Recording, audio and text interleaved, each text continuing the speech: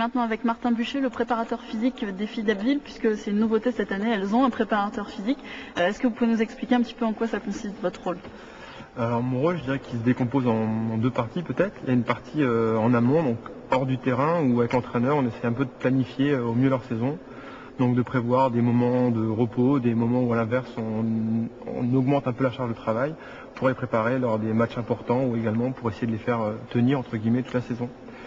Et l'autre partie après, donc c'est des séances où j'interviens personnellement, où là on va essayer de développer un peu toutes les qualités qui sont nécessaires en hand. Donc ça va de la vitesse, l'explosivité, on fait du travail d'endurance aussi, travail aérobie, donc plutôt sous forme intermittent, travail de prévention de l'épaule, prévention des chevilles aussi. Et donc ça c'est une nouveauté cette année parce qu'elles sont montées en National 1. C'est important, enfin ça fait partie, plus on monte, plus on accède au haut niveau et plus la préparation physique ça fait partie de ça. Ouais, je pense que même à haut niveau maintenant c'est même indispensable. Et c'est sûr que c'est un des facteurs parmi d'autres pour être capable de gagner. Donc peut-être que si les filles se sentent plus fortes, elles seront peut-être plus en confiance ou un peu plus rapides, un peu plus endurantes, ça leur permettra d'accrocher un résultat sur la fin de match, de mettre un but de plus que l'adversaire. Ou à l'inverse, peut-être encaisser un but de moins. Dans tous les cas, je pense que ça participe à la bonne santé de l'équipe et à leur performance. Alors l'an dernier, vous vous occupiez d'un club de garçons qui était en Ligue 1, le club de Célestin en Alsace. Qu'est-ce que ça fait de changer de public? Est-ce que c'est différent en tant que préparateur physique, les filles et les garçons? C'est sûr que c'est dans le rapport avec les joueurs, j'ai peut-être perdu un certain esprit de camaraderie avec les joueurs, mais à l'inverse, avec les filles, il y a une autre ambiance et c'est très intéressant aussi, c'est sympa aussi, tout à fait.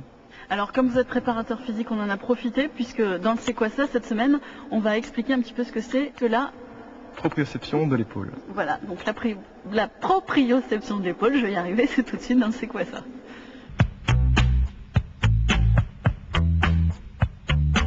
En début de chaque séance d'entraînement ou même avant les matchs, donc je recommande aux filles de faire un peu de proprioception de l'épaule. Proprio quoi?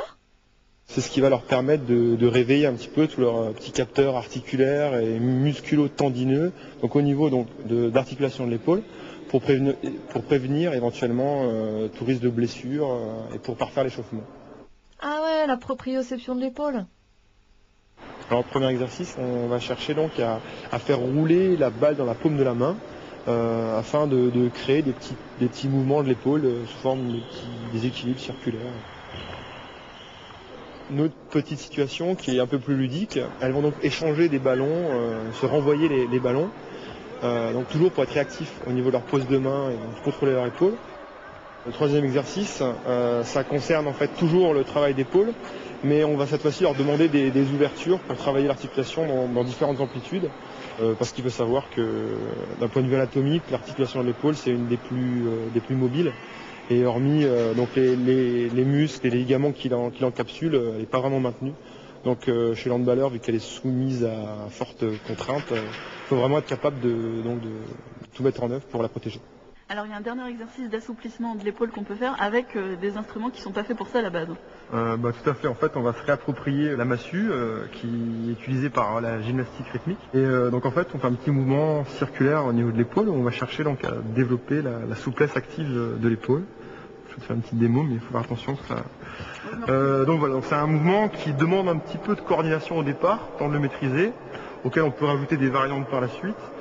Et donc on va essayer de chercher toujours un maximum d'amplitude dans le mouvement pour toujours chercher donc à étirer les muscles de la capsule articulaire tout en cherchant un peu de vitesse petit à petit, de l'amplitude et de la vitesse. Et voilà. Et donc le danger, effectivement, faut faire attention, et c'est pas qu'on n'utilise pas toujours des massues trop lourdes, parce que ça peut facilement faire mal. Écoute, je te propose d'essayer par toi-même, hein. C'est comme ça qu'on apprend et qu'on découvre. Alors, comme ça, voilà, et loin là-haut. Ok, c'est pas mal, mais un peu plus d'amplitude et un peu plus coulé, un peu plus souple encore. Bon, il faut que je m'entraîne encore un peu. Pendant ce temps-là, on va regarder le reste de l'actu sportive de la semaine en bref. Et où faut regarder d'ailleurs?